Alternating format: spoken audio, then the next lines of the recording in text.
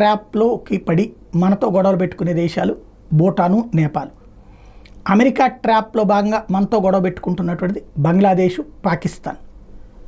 శ్రీలంక ప్రస్తుతం ఒకప్పుడు చైనా కోసం మనతో గొడవ పెట్టుకుంది, కానీ ఇప్పుడు అది చైనా వలన బాధితురాలై మనకు కాస్త గౌరవిస్తుంది.